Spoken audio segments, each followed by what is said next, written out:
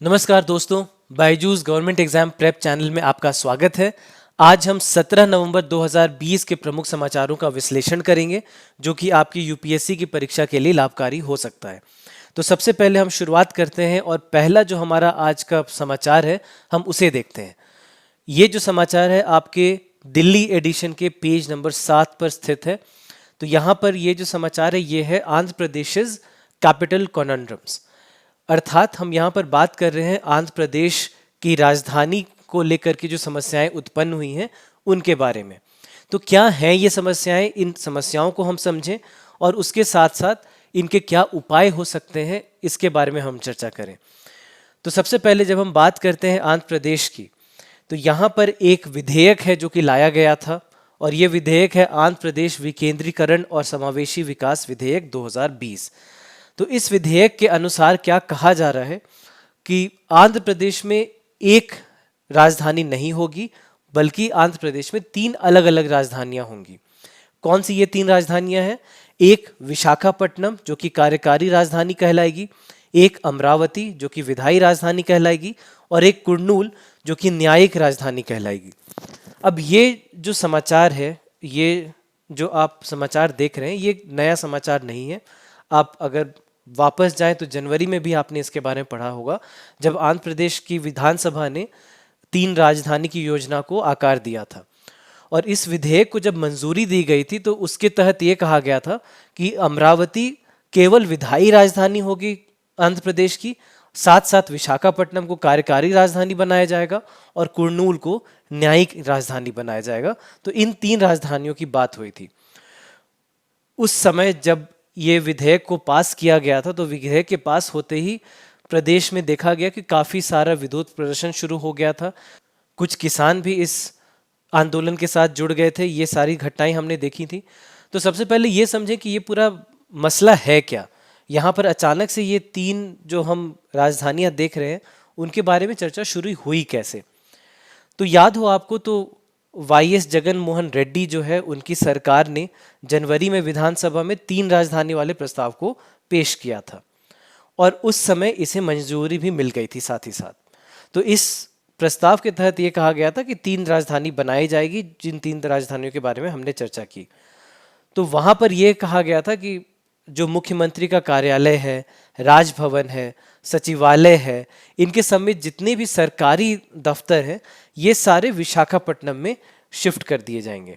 साथ ही साथ high court जो है, हाई कोर्ट को कुर्नूल में शिफ्ट कर दिया जाएगा। बात जहां तक आंध्र प्रदेश की विधानसभा की है तो उसके बारे में ये कहा गया था कि उसे अमरावती में रखा जाएगा।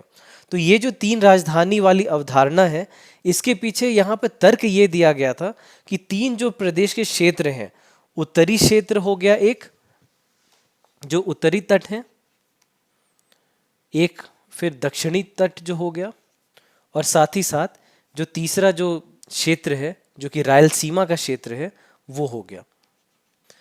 तो ये जो 3 क्षेत्र हैं, सरकार का ये कहना है कि ये इन तीनों क्षेत्रों का वो समान विकास चाहते हैं और इसी कारण उनका ये मानना है कि 3 अलग अलग यहाँ पर राजधानियाँ होनी चाहिए और उन राजधानियों के हिसाब से हम देखेंगे कि विकास जो है इन तीनों क्षेत्रों तक पहुँच पाएगा। बात जहाँ तक इस बात की है तो ये सुनने में तो अच्छा लगता है, तो बात ये उठती है कि इसका विरोध उस समय क्यों हो रहा था और साथ ही साथ इतने सारे कंट्रोवर्सी क्यों हो गए इसमें।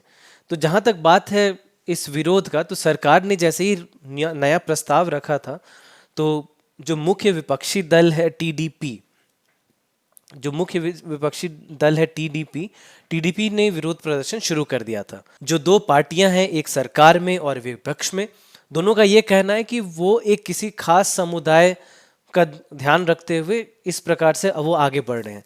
जैसे मान लीजिए जब हम बात करते हैं अमरावती की, तो अमरावती में नायडू समुदाय की आबादी अधिक है। अमरावती में आप पाएंगे कि नायडू समाज के जो लोग हैं वो अधिक हैं। और जहाँ तक हम बात करते हैं विजयवाड़ा और गुंटूर क्षेत्र की, तो वहाँ पर हम ये पाते हैं कि वहाँ पर रेड्डी समाज के लोग ज़्यादा हैं। मानना यह है कि क्योंकि एक क्षेत्र में एक जाति की बहुलता है, दूसरे क्षेत्र में दूसरी जाति की बहुलता है, तो दोनों क्षेत्रों में एक एक पार्टियां अपने अपने लोगों को चिन्हित करने की कोशिश कर रही हैं। जहाँ तक हम बात करते हैं चंद्रबाबू नायडू की, तो चंद्रबाबू नायडू की जो पिछली सरकार थी उनके द्वारा अमरावती को प्रदेश का राजधानी बनाया जाना लगभग तय कर दिया गया था, जिसके लिए आपको अगर याद हो तो कुल मिला करके 33,000 करोड़ के कुल राशि की मंजूरी भी दी गई थी उस टाइम पर। लेकिन उसके साथ साथ हमने देखा कि उनके जाते ही अचानक से स्थिति में परिवर्तन आया, और यहाँ पर अब इस बारे में बात की जा रही है कि तीनों ही क्षेत्रों को समान रूप से विकसित किया जा सके। बात होती है कि किसान क्यों प्रदर्शन कर रहे हैं, किसानों को क्या परेशानी हुई जिनके कारण हमने देखा कि इस वर्ष के प्रथम भाग में हमने ये देखा था कि किसान काफ़ी विरोध प्रदर्शन कर रहे थे। तो बात जहाँ पर आती है किसानों की, तो किसानों की कई सारी भूमि ऐसी थी जो कि अमरावती के विकास के लिए उन्होंने सरकार को सौंपी थी। इनके लिए उन्हें कुछ पैसे भी मिलने वाले थे। लेकिन अब जैसे ही यहाँ पर बात होती है कि केवल अमरावती ही एकमात्र राजधानी नहीं होकर के 3 अलग अलग राजधानियाँ होंगी, तो जो भी किसान इस यहाँ पर इस उम्मीद में बैठे हुए थे कि उन्हें सरकार से कुछ मदद मिल जाएगी, उन्हें सरकार से कुछ राशि मिल जाएगी, उन्हें अब ऐसी संभावना होती हुई कम नज़र आ रही है। तो उसके कारण उन्होंने भी सरकार के इस नए प्रस्ताव का विरोध किया। क्योंकि यहाँ पर जब हम बात करते हैं अमरावती की, तो अमरावती को चंद्रबाबू नायडू बिल्कुल हैदराबाद की तरह एक वर्ल्ड क्लास सिटी बनाना चाहते थे। वो बार बार बात करते रहते थे, वर्ल्ड क्लास सिटी शब्द का प्रयोग करते थे। तो उनका ये मानना था कि जिस प्रकार से उन्होंने हैदराबाद को आज से 20 साल पहले काफ़ी विकसित किया, उसी प्रकार से वो अमरावती को भी विकसित करेंगे, और अमरावती के ऊपर ही उन्होंने काफ़ी खर्च भी किया। लेकिन इसके साथ ही साथ हमने ये देखा कि काफ़ी विवाद भी उत्पन्न होने शुरू हो गए, और इन विवादों के साथ साथ सरकार के बदलते ही एक नई विधेयक भी साथ साथ आ गई। आगे बढ़ने से पहले एक बात और ध्यान रखें हम, कि जब हम बात करते हैं आंध्र प्रदेश की, तो आंध्र प्रदेश में ये जो समस्या है ये पहली बार उत्पन्न नहीं हुई है। आंध्र प्रदेश की राजधानी की समस्या हमेशा से बनी रह गई है। यदि आप बात करें पीछे, आप इतिहास में जाएं, तो आप पाएंगे कि 1953 में जब आंध्र प्रदेश अलग हुआ था, उस समय ये तमिलनाडु का पार्ट हुआ करता था। तो तमिलनाडु से अलग होते ही सबसे पहले तो मद्रास तमिलनाडु में चला गया। तो यहाँ पर एक परिस्थिति उत्पन्न हुई कि अब नया राजधानी क्या होगा। उसके बाद 1956 में हमने ये देखा कि आंध्र प्रदेश के गठित होते ही कुर्नूल को हैदराबाद में मिला दिया गया, और उसके साथ हमने देखा कि कुर्नूल जो है वो हैदराबाद में सम्मिलित होते ही हैदराबाद को राजधानी बना दिया गया। उसके बाद 2014 में आप सबको पता ही है कि आंध्र प्रदेश और तेलंगाना अलग हो गया, और आंध्र प्रदेश और तेलंगाना के अलग होते ही हमने फिर से ये देखा कि तेलंगाना क्षेत्र में हैदराबाद होने के कारण समस्या क्या उत्पन्न हुई। समस्या ये उत्पन्न हुई कि अब हैदराबाद तो चला गया तेलंगाना के पास, तो आंध्र प्रदेश को अब फिर से एक नए राजधानी की ओर देखना पड़ेगा। और ये जो नया राजधानी है, उस समय जो प्रस्तावित राजधानी थी वो थी अमरावती, जो कि चंद्रबाबू नायडू उसे विकसित करना चाहते थे। तो ये सारी चीज़ें हैं जो हमने आंध्र के इतिहास में देखी है।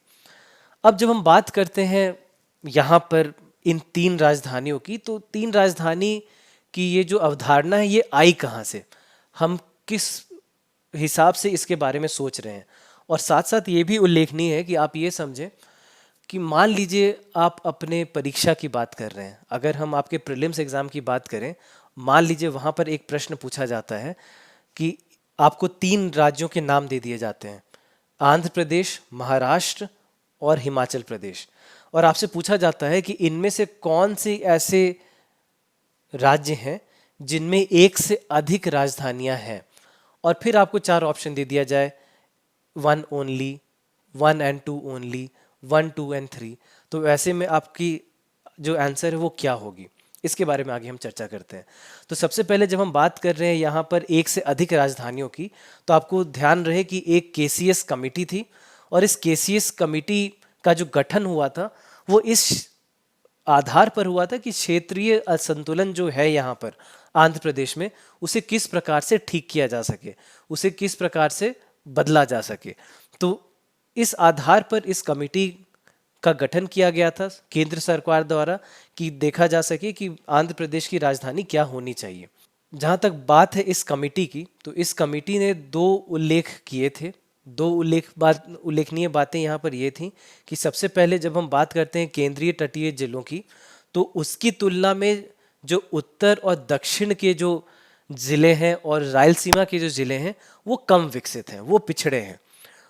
तो इस कमेटी ने ये तो नहीं कहा कि राजधानी होनी क्या चाहिए, परंतु वहाँ पर विकेंद्रीकरण की बात वहाँ पर अवश्य हुई थी। अब हम जब बात कर रहे हैं विकेंद्रीकरण की, तो यहाँ पर हमें एक बात का ध्यान ये भी रखना है कि विकेंद्रीकरण के साथ साथ समावेशी विकास भी ठीक से हो पाए। और यहाँ पर कुछ प्रमुख बिंदु हैं जिनके बारे में आपको ध्यान रखना आवश्यक है। सबसे पहले जब हम बात कर रहे हैं तीन अलग अलग राजधानियों की, तो एक चुनौती ये है, पहली चुनौती ये है कि अलग अलग जगह पर अलग अलग चीज़ें होंगी। यानी एक राजधानी से दूसरी राजधानी के बीच में कुछ डिस्टेंस भी है, 400 किलोमीटर की दूरी मान लीजिए है। अब 400 किलोमीटर की दूरी पर अगर एक जगह पर सचिवालय है और दूसरी जगह पर विधायी व्यवस्था है, तो उनके उनके बीच में समानता बनाए रखने के लिए, उनके बीच में कोई भी परेशानी उत्पन्न ना हो, इसे ध्यान में रखने के लिए बहुत सारी परेशानियों को झेलना पड़ेगा। और सरकार का कामकाज आसान नहीं होगा। यदि यदि कार्यभार बटा हुआ है इस प्रकार से, तो ये आसान नहीं होगा। तो यहाँ पर एक जो इम्पॉर्टेंट बात है जो हम ध्यान रख सकते हैं वो है महाराष्ट्र के बारे में। महाराष्ट्र में दो अलग अलग राजधानियां हैं, एक मुंबई, दूसरा नागपुर। लेकिन नागपुर में क्या होता है, नागपुर में हम ये देखते हैं कि शीतकालीन सत्र जो है, शीतकालीन सत्र महाराष्ट्र में हम देखते हैं कि वो नागपुर में होता है। तो उसके कारण क्या होता है कि जो वहाँ पर क्षेत्रीय भावनाएं हैं, क्षेत्रीय भावनाएं शांत रहती हैं, उनमें किसी प्रकार की अनिश्चितता हम नहीं देखते, किसी तरह की परेशानी हम नहीं देखते। तो कुछ इस प्रकार से कुछ किया जा सकता था आंध्र प्रदेश में भी। उसके बाद यदि हम बात करें एक और पहलू की, तो वो है जिसके बारे में केसीएस कमेटी ने भी जोर दिया था। एक और बिंदु, दूसरे बिंदु पर ध्यान देते हैं, और ये एक ऐसी बिंदु है जो कि केसीएस कमेटी ने भी बहुत जोर दिया था, जिस पर इंफ्रास्ट्रक्चर, आधारभूत संरचना। तो जब हम बात करते हैं इंफ्रास्ट्रक्चर की, विशाखापट्टनम को यदि हम उदाहरण के तौर पर लें, तो कार्यकारी राजधानी है, लेकिन साथ ही साथ हम ये देखते हैं कि वहाँ पर जो भूमि और निर्मित क्षेत्र की उपलब्धता है वो ठीक नहीं है। विशाखापट्टनम में एक देखा गया है कि प्राकृतिक रूप से तो वो अच्छे से स्थित है, लेकिन बुनियादी ढांचे की जब हम बात करते हैं तो वो ठीक नहीं है। तो संसाधनों की उपलब्धता के होने के बाद भी विशाखापट्टनम को ठीक से राजधानी के रूप में बनाना संभव शायद ना हो पाए, आसान ना हो पाए। संभव तो बिल्कुल है, आसान ना हो पाए। एक तीसरी जो महत्वपूर्ण बिंदु है जिसके बारे में चर्चा करना आवश्यक है, वो है पर्यावरण के बारे में। तो यदि हम बात करें विशाखापट्टनम की फिर से, तो विशाखापट्टनम के बारे में केसीएस कमेटी ने ये कहा था कि ये एक ऐसा भाग है, ये एक ऐसा शहर है जहाँ पर पॉपुलेशन का घनत्व काफ़ी अधिक है, और उसके कारण हम ये देखेंगे पर्यावरणीय प्रभाव भी यहाँ पर देखने को मिलेंगे। आपको याद होगा हाल ही में एक जो दुर्घटना हुई थी जहाँ पर एलजी पॉलीमर गैस का रिसाव हुआ था। ये भी एक यहाँ पर एक ऐसा उदाहरण बन जाता है जिसके ऊपर ध्यान रखना हमारे लिए बहुत आवश्यक हो जाता है।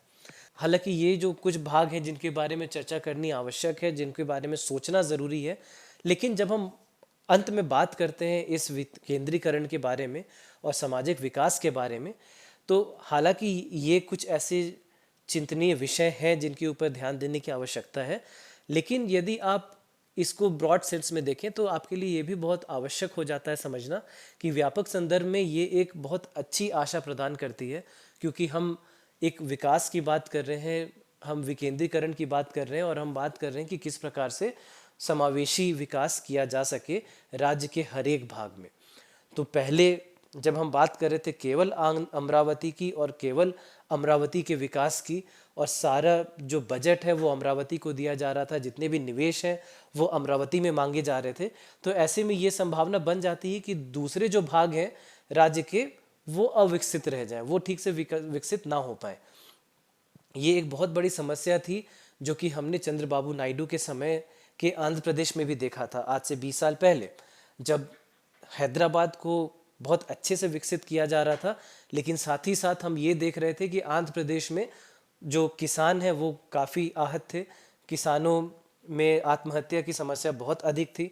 तो एक तरफ हैदराबाद था और दूसरी तरफ पूरा आंध्र प्रदेश था। तो ये एक बहुत बड़ी समस्या थी जो उस समय भी सामने लाई गई थी। तो ऐसी ही एक और समस्या उत्पन्न ना हो जाए, इसका भी डर बना रह जाता था। तो यहाँ पर जब हम बात करते हैं विकेंद्रीकरण और समावेशी विकास की, तो हम ये एक आप कह सकते हैं कि ये एक अच्छी आशा प्रदान करती है, और हो सकता है कि इसके कारण आंध्र प्रदेश के विकास में ये बहुत ही सहायक हो। अंत में आगे बढ़ने से पहले, अगले आर्टिकल को देखने से पहले, कुछ आपके प्रारंभिक परीक्षा के दृष्टिकोण से कुछ महत्वपूर्ण बिंदु हैं जो आपको ध्यान रखना चाहिए। जैसे एक से अधिक राजधानी वाले कौन कौन से देश हैं, उनके उदाहरण। तो आपके सामने दक्षिण अफ्रीका है, श्रीलंका है और मलेशिया है। ये तीन ऐसे देश हैं जिनमें हमने उदाहरण देखे हैं जहाँ पर एक से अधिक राजधानी है। जैसे सबसे पहले जब हम दक्षिण अफ्रीका की बात करते हैं तो वहाँ पे प्रेटोरिया है, केप टाउन है और ब्लोइमफोंटेन है। तो ब्लोइमफोंटेन, प्रिटोरिया और केप टाउन, यहाँ पर हमने देखा है कि एक कार्यकारी, एक विधायी और एक न्यायिक राजधानी है।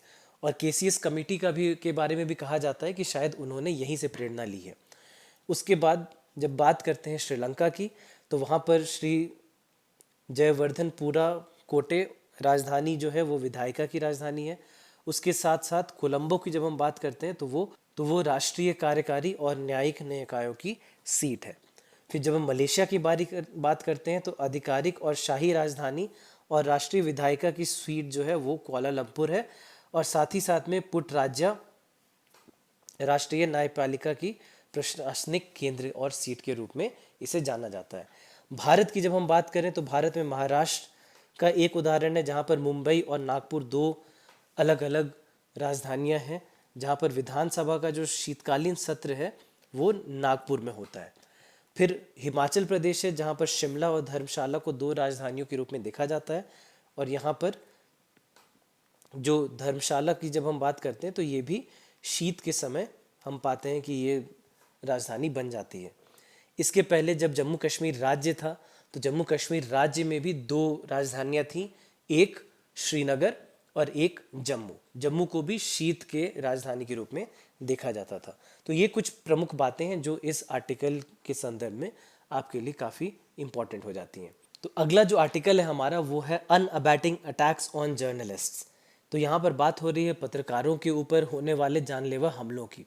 तो जब हम बात करते हैं पत्रकारों की, तो यहाँ पर यह पाया गया है कि न केवल भारत में बल्कि विश्व स्तर पर यह पाया गया है कि उनके ऊपर जो जानलेवा हमले हैं उनकी संख्या बढ़ती चली जा रही है। और इसके कारण हमने ये पाया है कि ये एक बहुत ही विशाल समस्या बनकर के उत्पन्न हो रही है, और इनके बारे में कुछ करना आवश्यक है। इनके ऊपर हमें कहीं ना कहीं से इसे कानून को ला करके इसे ठीक करने की आवश्यकता पड़ रही है। तो जब हम बात करते हैं इस आर्टिकल की, तो ये आर्टिकल 3 उदाहरणों से शुरू होता है। सबसे पहले उदाहरण दिया गया है एक टेलीविज़न के 26 वर्षीय पत्रकार की, जो कि तमिलनाडु में थे, जिन्होंने भूमि की अवैध अतिक्रमण और गांजे की बिक्री के ऊपर रिपोर्ट की थी। 8 नवंबर को तमिलनाडु के कांचीपुरम ज़िले में उनकी हत्या कर दी गई। उसी दिन एक और जो घटना देखी गई वो घटना थी 35 वर्षीय सैयद अदिल वहाब की, जो कि भोपाल के बाहरी इलाकों में एक जंगल में बिल्कुल निर्मम हत्या जिनकी कर दी गई थी। इसके साथ ही साथ एक और उदाहरण भी यहाँ पर दिया गया है जो कि जून 2018 का उदाहरण है, जहाँ पर कश्मीर के एक बहुत प्रमुख पत्रकार और कश्मीर टाइम्स के मुख्य संपादक, जिनका नाम शुजात बुखारी है, उनको श्रीनगर में 3 आतंकवादियों ने गोली मार दी थी। जब वो उस समय वो कार्यालय से अपने घर वापस आ रहे थे, उस समय आतंकवादियों ने उनकी गोली मारकर हत्या कर दी गई थी। तो ये क्यों हुआ? क्योंकि कश्मीर घाटी में जो शांति लाने के प्रयास में वो कार्यरत थे, जो इसके बारे में वो बात करते थे, वो आतंकवादियों को पसंद नहीं था और आतंकवादियों ने उनकी हत्या कर दी। तो ये 3 एग्जाम्पल हैं यहाँ पर जो कि दिए गए हैं, और ये केवल 3 ही उदाहरण नहीं है, ऐसे कई उदाहरण हैं जो कि न केवल भारत में बल्कि विश्व स्तर में आज के दिन देखे जा सकते हैं। बात जब हम भारत की कर रहे हैं तो दुर्भाग्यपूर्ण बात यह है कि जो प्रेस की स्वतंत्रता है, प्रेस की स्वतंत्रता का जो सूचकांक है, उस सूचकांक में भारत नीचे चला जा रहा है। एक जो रिपोर्ट रिपोर्टर्स विदाउट बॉर्डर्स के द्वारा डाली गई है। रिपोर्टर्स विदाउट बॉर्डर्स द्वारा जो एक रिपोर्ट जारी की गई है, उस रिपोर्ट में ये पाया गया है कि यदि आप पिछले 3 वर्षों को देखें, 2018, 2019 और 2020, तो आप ये पाएंगे कि 2018 में प्रेस की स्वतंत्रता के ऊपर भारत का 138वां स्थान था। 2019 में ये घट करके 140वां स्थान हो गया और 2020 में ये पाया गया है कि ये जो स्थान है और 2 पायदान खिसक कर ये 142वें स्थान पर चला गया है। तो जब हम बात करते हैं भारत की, तो ये एक दुर्भाग्यपूर्ण रैंक है जो आप कह सकते हैं। संयुक्त राष्ट्र ने ये कहा है, संयुक्त राष्ट्र के अनुसार पत्रकारिता आज के दिन में दुनिया के सबसे खतरनाक व्यवसायों में से एक हो चुका है।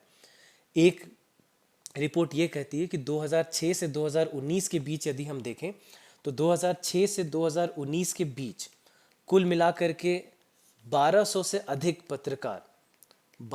अधिक पत्रकार ऐसे हैं जिनकी हत्या कर दी गई है। औसत अगर ये अनुमान लगाया जा रहा है कि हर 4 दिन में एक पत्रकार ऐसे होते हैं जिनकी हत्या कर दी जाती है। दुर्भाग्यपूर्ण बात यह है कि यहाँ पर जो कन्विक्शन रेट है वो काफ़ी कम है। यानी ये देखा गया है कि हर 10 में से केवल एक ऐसा मामला होता है जहाँ पर जिस हत्यारे को दोषी ठहराया गया है उसे सही में सज़ा मिल पा रही है। जबकि ज़्यादातर ऐसे जो केस हैं उनमें हम ये देखते हैं कि जितने भी लोगों को दोषी ठहराया गया था वो छूट जाते हैं किसी न किसी कारण से। तो ये जो रिपोर्ट है ये काफ़ी दुर्भाग्यपूर्ण है। साथ ही साथ रिपोर्ट में ये भी कहा गया है कि केवल 2009 की यदि हम बात करें तो 2009 में फिलीपींस में कुल मिलाकर के 32 पत्रकार ऐसे थे जो मारे गए थे। 2009 में फिलीपींस की जब हम बात कर रहे हैं तो कुल मिलाकर के 32 पत्रकार ऐसे थे जो मारे गए थे। 2016 में ये पाया गया कि 2016 में अफगानिस्तान में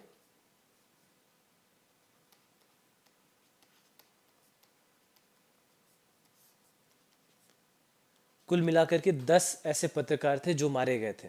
साथ ही साथ यदि आपको ध्यान हो तो अप्रैल 2018 में काबुल में एक आत्मघाती बम हमले में 10 और पत्रकार ऐसे हैं जो कि मारे गए थे अफगानिस्तान के काबुल में ही। तो ये जो सारी समस्याएं हैं ये बहुत दयनीय हो जाती हैं।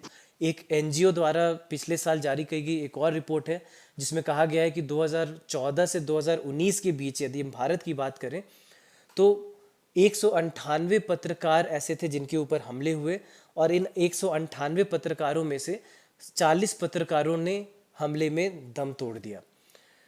साथ ही साथ इस एनजीओ की रिपोर्ट में ये भी कहा गया है कि जब हम बात करते हैं छोटे शहरों की, तो छोटे शहरों में ऐसी जो घटनाएं हैं वो ज़्यादा हैं, अधिक हैं, और उनकी तुलना में जब हम मेट्रो शहरों की बात करते हैं तो मेट्रो शहरों में इनके जो आंकड़े हैं ये काफ़ी कम हैं। अभी की समस्या क्या है? अभी की एक समस्या ये है कि प्रत्येक वर्ष जो मारे जाने वाले पत्रकार हैं, सुरक्षा के लिए कोई विशेष कानून नहीं है। तो यहाँ पर कुछ ऐसे लोग हैं जिनका ये भी मानना है कि पत्रकारों की सुरक्षा के लिए एक विशेष कानून बनाए जाने की आवश्यकता है और इस हमले के बाद जो भी न्यायिक कार्रवाई है उसे तेज़ करने की आवश्यकता है, ताकि जो पत्रकार हैं वो निष्पक्ष रूप से, वो बिना किसी डर के, बिना किसी संकोच के अपने कार्य को कर पाए। क्योंकि यहाँ पर पीसीआई यानी प्रेस काउंसिल ऑफ इंडिया की रिपोर्ट ये भी कहती है, उसके रिकॉर्ड्स ये भी कहते हैं कि पत्रकारों पर जो हमले होते हैं उसमें से 95-96% मामले ऐसे हैं जहाँ पर दोष सिद्धि नहीं हो पाती है, जहाँ पर आगे की कोई न्यायिक कार्रवाई नहीं हो पाती है। तो इसीलिए यहाँ पर पत्रकारों को संरक्षण देने के लिए कड़े कानूनों की आवश्यकता पड़ती है, उनके ऊपर जोर देने की आवश्यकता है। तो इस दिशा में कुछ हमारे पास उदाहरण हैं जो कि काफ़ी अच्छे उदाहरण हैं, जिनको शायद अन्य राज्यों को भी देखना पड़ेगा, उनको भी इसके ऊपर कुछ कार्य करने पड़ेंगे। पहला जो हमारा उदाहरण है वो है महाराष्ट्र का। तो महाराष्ट्र ऐसा कानून बनाने वाला पहला राज्य बना था 2017 में, जहां पर media persons and media institutions अधिनियम 2017 लाया गया था, जिसके तहत पत्रकारों पर यदि कोई भी हमला होता है तो उसे गैर जमानती वारंट दिया जाएगा और इसके साथ साथ इसकी जो जांच होगी वो उप अधीक्षक के रैंक के नीचे के अधिकारी द्वारा नहीं की जाएगी। इसके साथ ही साथ ये भी कहा गया है कि इस अधिनियम के तहत ये भी देखा गया कि यहाँ पर जो सज़ा दी जाएगी वो कम से कम 3 साल की कारावास होगी और 50,000 तक का जुर्माना इसके साथ साथ देना पड़ सकता है। फिर पत्रकार को चोट लगने की यदि स्थिति है तो उसमें हमलावर को चिकित्सा के उपचार के लिए भी क्षतिपूर्ति करनी होगी और किसी भी उपकरण को नुकसान पहुंचाने के लिए भी भुगतान उन्हें करना पड़ जाएगा।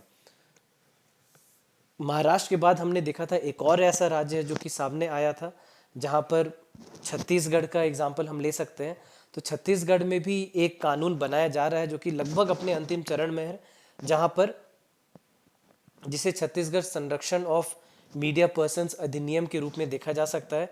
तो इसमें पत्रकारों की जो व्यापक परिभाषा है उसमें ड्राइवरों को भी शामिल कर लिया गया है, यहाँ तक कि पत्रकार के रिश्तेदारों को भी शामिल कर लिया गया है। तो यहाँ पर यह कहा गया है कि यदि किसी को दोषी पाया जाता है तो दोषी पाए जाने पर हमलावर को आईपीसी की संबंधित जो धाराएं हैं उनके तहत दंडित किया जाएगा। लेकिन साथ ही साथ ये भी कहा गया है कि किसी भी लोक सेवक को यदि कर्तव्यों के अपमान का दोषी पाया जाता है तो उसे भी 1 वर्ष तक का कारावास और साथ ही साथ 10,000 तक के जुर्माने से दंडित किया जा सकता है। तो ये जो कुछ पहल हैं इन राज्यों की, ये आप कह सकते हैं कि अच्छी पहल है, एक अच्छी शुरुआत है और अन्य जो राज्य हैं उनको भी सामने आना होगा, अन्य राज्यों को भी इनके ही तरह कुछ कदम उठाने पड़ेंगे ताकि पत्रकारों को संरक्षण मिल सके, पत्रकार निष्पक्ष होकर के अपनी खबरों को सामने ला सकें और अपने कार्य को बिना किसी भय के पूरा कर सकें। अब हम अगले आर्टिकल की ओर चलते हैं। तो अगला आर्टिकल जो है आपका वो है पेज नंबर 6 पर। पेज नंबर 6 पर ये आर्टिकल है needed a policy framework in step with technology, यानी कि प्रौद्योगिकी के हिसाब से हमारे लिए ये आवश्यक हो जाता है कि एक नीतिगत ढांचा हमारे पास रहे। तो जब हम बात करते हैं प्रौद्योगिकी की, तो आज आपको पता है कि प्रौद्योगिकी में हम काफ़ी आगे बढ़ चुके हैं। काफ़ी सारी नई आविष्कार, काफ़ी सारे नए खोज होते होते पिछले 100 वर्षों में यदि आप देखें तो दुनिया कहाँ से कहाँ पहुँच चुकी है। कंप्यूटर्स की बात करें तो कंप्यूटर की जब आप बात करते हैं तो आपको पता है कि किस प्रकार से कंप्यूटर ने एक तरह की क्रांति ला दी है पूरे विश्व में। और आज के दिन में हम जब डेटा की बात करते हैं तो डेटा या सूचना, इंफॉर्मेशन की जब हम बात करते हैं तो उसे आज की मुद्रा के रूप में देखा जा रहा है। डेटा को आज का मुद्रा कहा जाता है। तो ये एक बहुत बड़ा बदलाव आया है ये हमारी दुनिया में। आज कंप्यूटर के आधार पर देखें, कंप्यूटर के स्पीड के आधार पर आप देखें तो जितनी तरीके से हमें आज डेटा मिलता है, जितनी तीव्र गति से हमें ये डेटा आज उपलब्ध हो जाता है, वो आज से 20 साल पहले हम इसके बारे में सोच भी नहीं सकते थे। तो ये एक सूचना की क्रांति है जो कि पूरे विश्व में आई है और उसके साथ ही साथ बहुत सारे नए नए ऐसे बदलाव हैं जो हमें देखने को मिल रहे हैं। जैसे आप बात कर सकते हैं आर्टिफिशियल इंटेलिजेंस की, आप बात कर सकते हैं रोबोटिक्स की, कि किस प्रकार से आर्टिफिशियल इंटेलिजेंस के आने के कारण जो भी कंप्यूटर जिस प्रकार से काम करता है उसके पूरे कार्य करने की शैली में ही पूरा बदलाव आ चुका है और आगे जा कर के हम इसे और बड़े बदलाव के रूप में देखते हैं। तो ये सारी बातों को ध्यान में रखते हुए आज के दिन में ये बहुत महत्वपूर्ण हो जाता है कि प्रौद्योगिकी के विकास को भी इस प्रकार से देखा जाए कि उसके लिए हमारे पास एक नीतिगत ढांचा तैयार है और हम उसके हिसाब से आगे बढ़ पा रहे हैं। तो इसी के बारे में ये आर्टिकल है, इसी के बारे में यहाँ पर चर्चा की गई है। तो सबसे पहले एक यहाँ पर उदाहरण लिया गया है और उदाहरण लिया गया है एक बहुत ही पारंपरिक गुड्स के बारे में जो कि आपके ऑटोमोबाइल सेक्टर से आता है। तो अगर हम किसी एक आधुनिक ऑटोमोबाइल सेक्टर की बात करते हैं, ऑटोमोबाइल की बात करते हैं, तो ऑटोमोबाइल में इलेक्ट्रॉनिक आधारित जो उत्पाद हैं वो कम से कम मूल्य के 40% घटक के रूप में आज देखे जा सकते हैं। एक किसी आधुनिक इलेक्ट्रिक व्हीकल की हम बात करें तो उस इलेक्ट्रिक व्हीकल की जो टोटल कोडिंग होती है, जो उसका सॉफ्टवेयर जो लिखा जाता है, उसमें कम से कम ये माना जा रहा है कि कम से कम 100 मिलियन लाइनें होती हैं। 100 मिलियन लाइन केवल एक इलेक्ट्रिक व्हीकल में होती है। आप एक बोइंग से अगर इसका एग्जाम्पल में अगर इसकी तुलना करें तो उससे ज़्यादा है ये। आप अपने दिन प्रतिदिन यूज़ करने वाले ऐप की अगर आप बात करें तो उससे ज़्यादा है ये।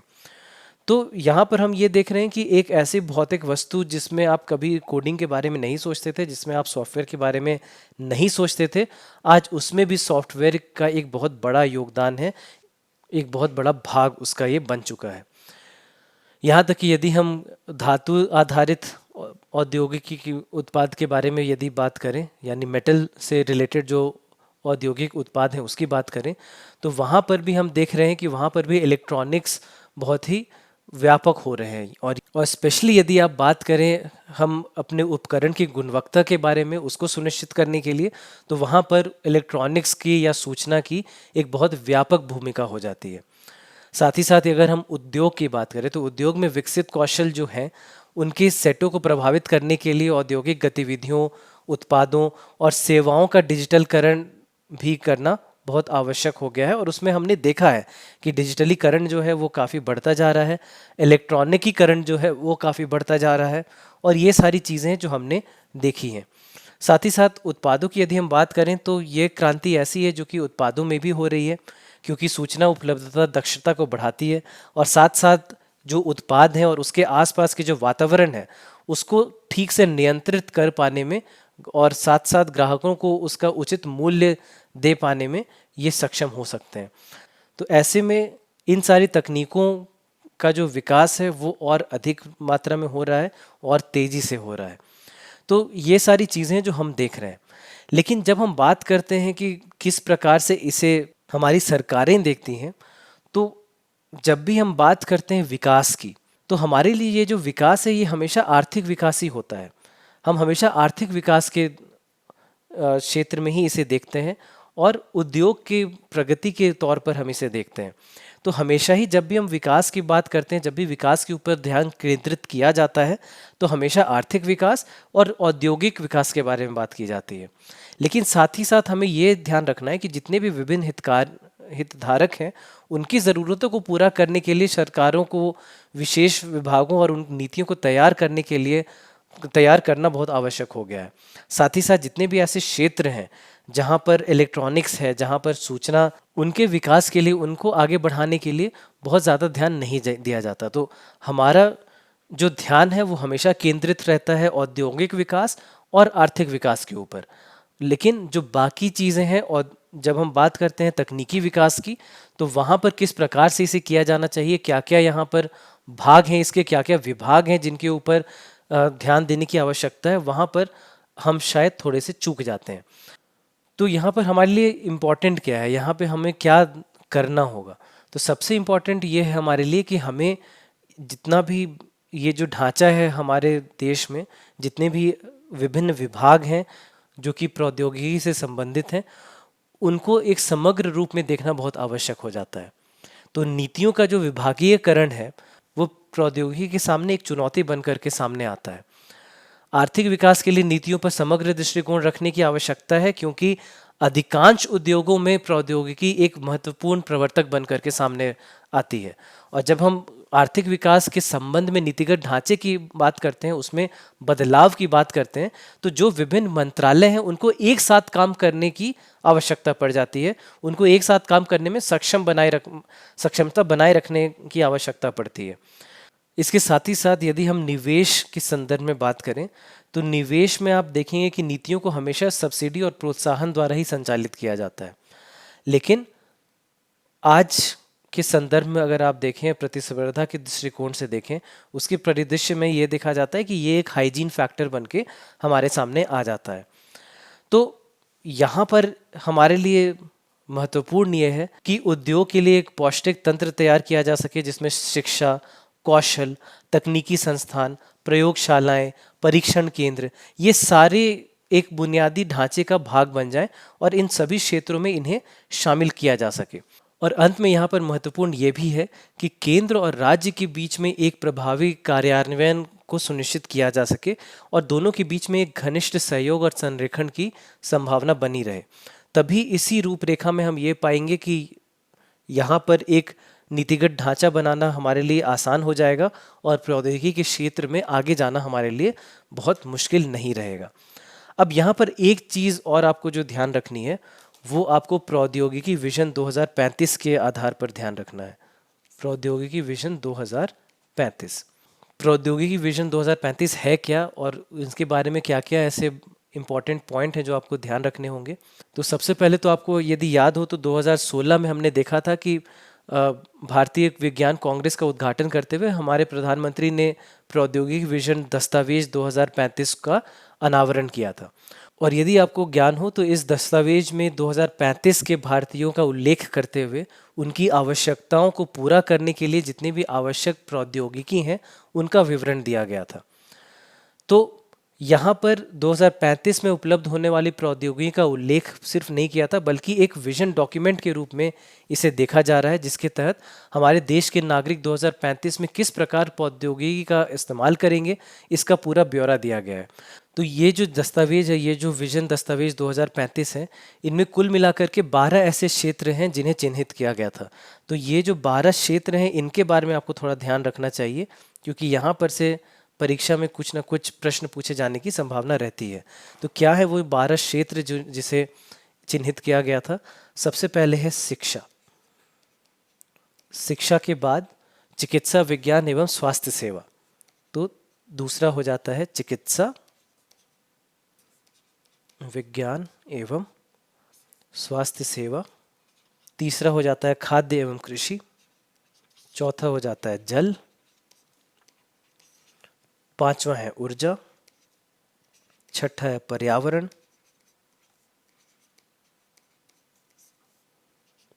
सातवां है आवास। आठवां है यातायात।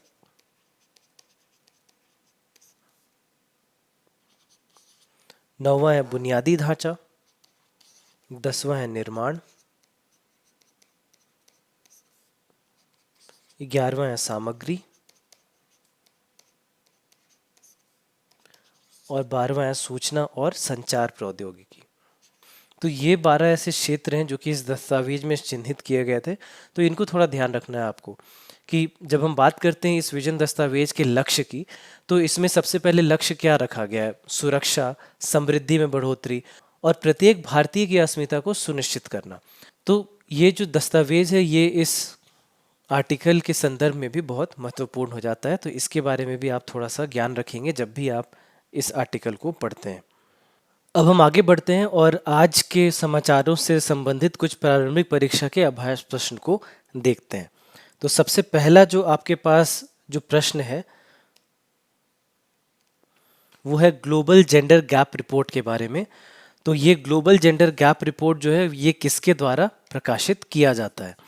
तो ध्यान रखिए कि जब हम बात कर रहे हैं ऐसे रिपोर्ट्स की, तो आप यदि आप पिछले कुछ वर्षों के अपने प्रारंभिक परीक्षा के प्रश्न पत्रों को देखेंगे तो आप पाएंगे कि इस प्रकार के काफ़ी सारे प्रश्न पूछे जा रहे हैं। तो ऐसे में जितने भी प्रमुख रिपोर्ट आते हैं किसी भी एक अंतराल में, अभी के प्रारंभिक परीक्षा से लेकर के अगले साल की प्रारंभिक परीक्षा तक, ये सारे रिपोर्ट को आपको याद रखना है कि कौन प्रकाशित करता है। तो जहाँ तक बात कर रहे हैं हम, तो यहाँ पर आपको 4 ऑप्शन दिए गए हैं। पहला ऑप्शन है अंतर्राष्ट्रीय मुद्रा कोष यानी इंटरनेशनल मॉनेटरी फंड, IMF जिसे आप कहते हैं। उसके बाद है संयुक्त राष्ट्र विकास कार्यक्रम यानी यूनाइटेड नेशंस डेवलपमेंट प्रोग्राम यानी UNDP। उसके बाद है विश्व आर्थिक मंच यानी वर्ल्ड इकोनॉमिक फोरम WEF। और उसके बाद है विश्व बैंक यानी वर्ल्ड बैंक। तो ये 4 ऑप्शन यहाँ पर दिए गए हैं। इसमें आपका जो सही ऑप्शन है वो है वर्ल्ड इकोनॉमिक फोरम। सो सही ऑप्शन आपका C हो जाता है। एक और प्रश्न देखते हैं। आवधिक श्रम बल सर्वेक्षण यानी PLFS के संदर्भ में निम्नलिखित में से कौन सा कथन सही है या सही है? पहला, इसे राष्ट्रीय सांख्यिकी कार्यालय NSO द्वारा लॉन्च किया गया था। दूसरा, यह शहरी क्षेत्रों के 6 महीने के अंतराल में प्रमुख रोजगार और बेरोजगारी संकेतक का अनुमान केवल वर्तमान साप्ताहिक स्थिति यानी CWS में लगाता है। और तीसरा, ये ग्रामीण और शहरी दोनों क्षेत्रों में सामान्य स्थिति और CWS दोनों में रोजगार और बेरोजगारी के संकेतक का अनुमान लगाता है। तो हमारे पास जो पहला यहाँ पर वाक्य है, इसे राष्ट्रीय सांख्यिकी कार्यालय यानी NSO द्वारा लॉन्च किया गया था, ये बिल्कुल सही है। तो आप देखिए कौन कौन से ऑप्शन आपके पास बच जाते हैं। ये 3 ऑप्शन बच जाते हैं, B गलत हो गया। दूसरा ऑप्शन आपका कहता है ये शहरी क्षेत्रों के लिए 6 महीने के अंतराल, 6 महीना गलत है। यहाँ पर ये 3 महीने होते हैं। ये 3 महीने के अंतराल में होते हैं। तो इसलिए जो दूसरा आपका स्टेटमेंट है ये गलत हो जाता है। तो दूसरे स्टेटमेंट गलत होते ही ए भी चला गया आपका और डी भी चला गया, तो हमारे पास एक ही ऑप्शन बच जाता है जो कि है सी। तो इसका अर्थ ये निकलता है कि हमारे पास जो यहाँ पे तीसरा वाक्य भी जो दिया गया था ये भी सही है। आगे बढ़ते हैं। तो ये हमारा आर्टिकल है फॉलन थ्रू द क्रैक्स। इस आर्टिकल के आधार पे ही जो पिछले 2 प्रश्न हमने देखे हमने वहाँ से उठाया था। तो जहाँ तक हम बात करते हैं श्रम बल के आंकड़ों की उपलब्धता के बारे में, तो उसके महत्व को देखते हुए राष्ट्रीय सांख्यिकी कार्यालय यानी NSO, नेशनल स्टैटिस्टिक्स ऑफिस, उसने आवधिक श्रम बल सर्वेक्षण का शुभारंभ किया था। तो 2 उद्देश्य उसका रखा गया है। पहला, प्रमुख रोजगार और बेरोजगारी संकेतक के आधार पर इसे देखना, उसका अनुमान लगाने के लिए शहरी क्षेत्रों के लिए 3 महीने के थोड़े से समय के अंतराल में ही केवल वर्तमान साप्ताहिक स्थिति में इसे देखना। दूसरा है ग्रामीण और शहरी दोनों क्षेत्रों में सामान्य स्थिति और CWS दोनों में रोजगार और बेरोजगारी संकेतक का अनुमान लगाने के लिए। तो ये 2 प्रमुख बातें हो जाती हैं यहाँ पर। हालांकि जहाँ तक हम बात करते हैं इसकी, तो आप पाएंगे ये सर्वेक्षण का जो 2020 का रिपोर्ट है ये बहुत ही हाल में ही इसे सामने लाया गया था और इसके बारे में हमने अपने पुराने न्यूज़ एनालिसिस में इसके बारे में ऑलरेडी चर्चा कर ली है। तो आप वहाँ जा करके इसे एक बार देख सकते हैं। एक और प्रश्न देखते हैं। निम्नलिखित में से किस मामले में न्यायाधीश एक मामले से खुद को दूर कर सकते हैं? इसे अंग्रेजी